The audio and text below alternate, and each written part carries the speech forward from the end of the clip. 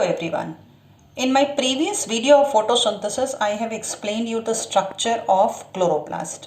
जब उस क्लोरोप्लास्ट का स्ट्रक्चर पढ़ा था तो दो तीन इम्पॉर्टेंट चीज़ें जो यहाँ हमें नेक्स्ट स्टेप के लिए चाहिए वो ये कि थैलाकॉइड एक मेम्ब्रेन के जैसा स्ट्रक्चर है, सिंगल कॉइन के जैसा, ये हमने लिख लिया थैलाकॉइड।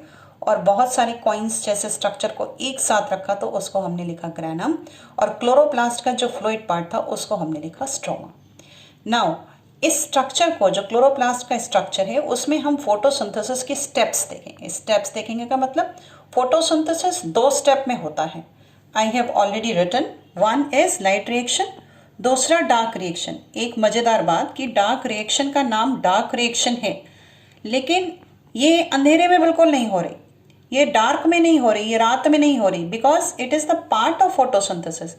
ये फोटोसिंथेसिस का ही हिस्सा है, इसलिए इसका प्रॉपर नाम है लाइट इंडिपेंडेंट रिएक्शन। मतलब इसको लाइट की ज़रूरत नहीं है। बट आज के इस वीडियो में हम लोग लाइट रिएक्शन को कवर करेंगे। जो डायग्राम आपको दिखाया है इसमें इस थैलाकॉइड को बाहर निकाल लेते हैं। साफ यहाँ लिख रखा है हमने, क्योंकि थैलाकॉइड के अंदर क्लोरोफिल मॉलिक्यूल्स होते हैं। एक कॉन्सेप्ट क्लियर हुआ कि लाइट रिएक्शन के लिए हमको क्लोरोफिल चाहिए, बिना क्लोरोफिल के लाइट रिएक्शन पॉसिबल नहीं है। अब अगर हम नाम ले रहे हैं light reaction, it means light is required for this reaction. इस वाले स्टेप के लिए हमें लाइट एनर्जी चाहिए। दुनिया में सिर्फ एक ही ऐसा प्रोसेस है फोटोसिंथेसिस जिसमें लाइट एनर्जी को ट्रैप करके अल्टीमेटली ग्लूकोज बनाया जा सकता है, और ये कमाल सिर्फ और सिर्फ क्लोरोफिल का है। यानी अगर मैं सिंपली सिर्फ एक थैलाकॉइड ड्रॉ करूं, वहां से एक सिंगल कॉइन निकालूं, तो ये एक थैलाकॉइड का स्ट्रक्चर हो गया, मेम्ब्रेनस स्ट्रक्चर।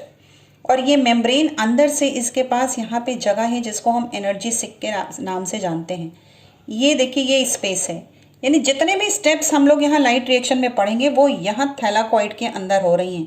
यानी सिंपली हम इसको लिख सकते हैं थैलाकॉइड। एक थैलाकॉइड निकाल लिया हमने, और ये एनर्जी सिंक है। पहला काम हमने क्या किया, एक्साइटेशन ऑफ क्लोरोफिल। जो क्लोरोफिल मॉलिक्यूल इसकी मेम्ब्रेन में लगे हुए हैं अंदर साइड, अंदर की तरफ, वो सोलर एनर्जी को ट्रैप करते हैं, सोलर एनर्जी को कैद करते हैं अपने आप में। सोलर एनर्जी फोटॉन के फॉर्म में है। मैं यहाँ लिख रही हूँ फोटॉन, ये इंपॉर्टेंट वर्ड आपके लिए। फोटॉन एक एनर्जी पैकेट है, या ऐसे कह लीजिए कि सूरज की रोशनी फोटॉन की बारिश करती है। वो रेस के फॉर्म में ना चल के छोटे छोटे एनर्जी पैकेट्स के फॉर्म में चल रही है, जिसको फोटॉन कहते हैं। इसमें जो एनर्जी का अमाउंट होता है उसके लिए हम एक वर्ड यूज करते हैं क्वांटम, QUANTUM, क्वांटम।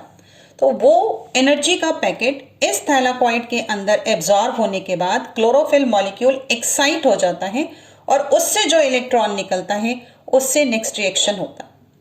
आमतौर पर आपके आसपास जितने भी तरीके के पेड़ हैं, आम, नीम, बबूल, बरगद, जामुन, ये सारे मीजोफाइट्स कहलाते हैं। उन मीजोफाइट्स के पत्तियों के क्लोरोप्लास्ट के थैलाकॉइड में जो क्लोरोफिल मॉलिक्यूल पाया जाता है वो होता है क्लोरोफिल ए और क्लोरोफिल बी। क्लोरोफिल ए का फॉर्मूला C55H72O5N4Mg। थोड़ा सा ध्यान दें, यहाँ पे एक देखिए एक एलिमेंट लगा हुआ है, मैग्नीशियम, राइट। एक क्वेश्चन एग्जाम में आता है कि एक ऐसे एलिमेंट का नाम बताइए जो क्लोरोफिल में पाया जाता है। आपका आंसर हो गया मैग्नीशियम। क्लोरोफिल बी का फॉर्मूला देखिए, ये बिल्कुल सेम है, C55। यहाँ H के दो मॉलिक्यूल्स कम हो गए, 70। दो मॉलिक्यूल जो यहाँ कम हुए तो उसकी बैलेंसी को पूरा करने के लिए यहाँ ऑक्सीजन का एक मॉलिक्यूल बढ़ गया, यानी C5 की जगह हम O5 की जगह हमने O6 लिखा है। फिर हमने लिखा N4Mg। रेस्ट सेम है, यानी ये सेम है, ये सेम है। डिफरेंस आपको कहाँ दिख रहा है? सिर्फ यहाँ दिख रहा है। पूरे जितने तरीके के क्लोरोफिल मॉलिक्यूल्स पाए जाते हैं, मीजोफाइट की बात नहीं कर रहे, जितने भी फोटोसिंथेटिक पिगमेंट के chlorophyll A B C D E पाए जाते हैं, उसमें सबसे हैवीएस्ट यानी सबसे भारी अगर कोई क्लोरोफिल है तो वो है क्लोरोफिल B। मीजोफाइट में सिर्फ यही दो क्लोरोफिल पाए जाते हैं। अब देखिए, अपना डेस्टिनेशन चेंज नहीं करना है, अपनी जगह नहीं बदलनी है। हम अभी भी थैलाकॉइड के अंदर ही हैं, यानी वही क्लोरोप्लास्ट, वही थैलाकॉइड, और जो स्टेप चल रहे थे वो लाइट रिएक्शन था, उसके हम सेकेंड फंक्शन में आ गए, दूसरा फंक्शन। अब क्या टर्म क्या है, बहुत ध्यान से हम लोग देखते हैं बेटा। फोटो सनलाइट, लिसिस माने होता है किसी को जान से मार देना। किसको जान से मारा है? अब यहाँ सुसाइड नहीं कराना है, किसी को हैंग भी नहीं कराना है, वाटर को तोड़ना है, दिस इज वाटर, यानी हमारा अगला स्टेप है फोटोलिसिस ऑफ वाटर। कहाँ हो रहा है? फिर वही थैलाकॉइड।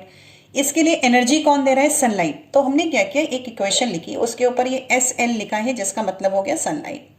बिना क्लोरोफिल के again this reaction is not possible. अगर क्लोरोफिल नहीं हुआ तो ये प्रोसेस नहीं होगा, तो इसलिए हम थैलाकॉइड में हैं।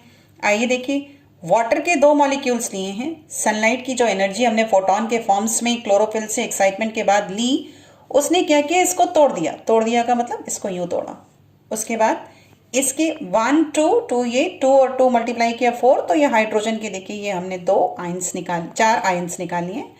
ये 4 आयंस निकालिए। इसकी बैलेंसी के लिए यहाँ पे ये 4 इलेक्ट्रॉन बाहर आ गए। 2 नेसेंट ऑक्सीजन निकला यहाँ से, ये 2 मॉलिक्यूल, तो हमें ऑक्सीजन का ये एक कंप्लीट मॉलिक्यूल निकल गया। 2 एटम यहाँ थे, इसका हमें ऑक्सीजन का एक मॉलिक्यूल निकल गया। एक क्वेश्चन आपके एग्जाम में और आता है, वो पूछते हैं कि name the compound in the photosynthesis which is responsible for release of oxygen. यानी इक्वेशन में आप लिखते हो carbon dioxide and water both, तो अल्टीमेटली आंसर आपका क्या हुआ कि ऑक्सीजन जो हमें फोटोसिंथेसिस में मिल रही है, that oxygen is coming out from water. अगले वीडियो में आपको इसका प्रोसीजर भी बताऊंगी। तो अब ये हो गया फोटोलिसिस ऑफ वाटर। डिफाइन कैसे करेंगे? Breaking down of water in presence of sunlight. ये कुछ कीवर्ड्स हैं जो आपको लिखना पड़ेगा। इन प्रेजेंस ऑफ सनलाइट, ये एक कीवर्ड हो गया, सनलाइट। इन थैलाकॉइड,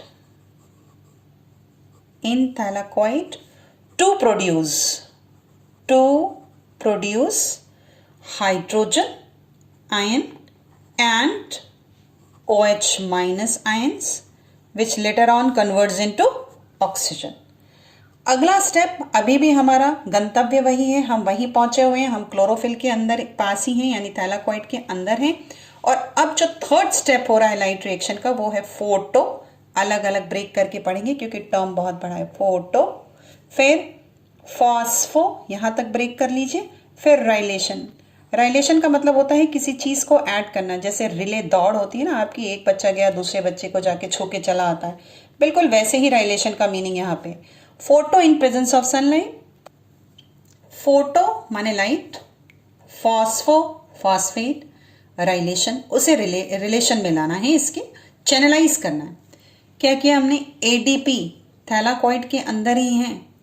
यहाँ पे आई का मतलब है इनऑर्गेनिक और पी का मतलब है फॉस्फेट। एडीपी का पूरा नाम होता है एडिनोसिन डाइफॉस्फेट। इसको हम लिखते हैं एडिनोसिन डाइफॉस्फेट, PHOSPHATE। एक एनर्जी रिच कंपाउंड है। इनऑर्गेनिक फॉस्फेट इसमें ऐड कर दिया, तो जो डाई को एक और प्लस कर दिया, 1 कर दिया, तो इस डाई की जगह यहाँ पर ट्राई हो जाएगा, यानी हमें मिला क्या? एडिनोसिन, SINE सिन ट्राई फॉस्फेट। अब ये एक एनर्जी रिच कंपाउंड है जो हमें डार्क रिएक्शन में हेल्प करेगा, लेकिन लाइट रिएक्शन में ये थैलाकॉइड के अंदर बना है, सनलाइट के प्रेजेंस में बना है, क्लोरोफिल से के प्रोसेस में बना है, यानी क्लोरोफिल की गाइडलाइन से बना है। तो हम वर्ड क्या यूज करेंगे? Photo phosphorylation. Last step of light reaction का आखिरी स्टेप, जिसको हम बोलते हैं रिडक्शन ऑफ NADP। NADP भी एक एनर्जी रिच कंपाउंड है, ये भी हमें थैलाकॉइड के अंदर ही मिला हुआ है। पहले NADP का पूरा नाम जान लें, NADP, nicotinamide N, adenine A, dinucleotide D, P for phosphate। This compound is again there into the thylakoid के अंदर है। अब जो हाइड्रोजन आयन हमारा वहां निकला था, वो क्या करेगा? वो NADP प्लस आपका एक वो जो हाइड्रोजन आयन था वो, और E माइनस इलेक्ट्रॉन लगाएंगे, तो हमें मिलेगा NADPH। अब ये एक रिड्यूस कंपाउंड हो गया, सारा नाम ऐसे ही लिखा जाएगा, लेकिन उससे पहले हम लिखेंगे रिड्यूस्ड, फिर हो जाएगा निकोटिनामाइड, एडिनिन डाइन्यूक्लियोटाइड फॉस्फेट,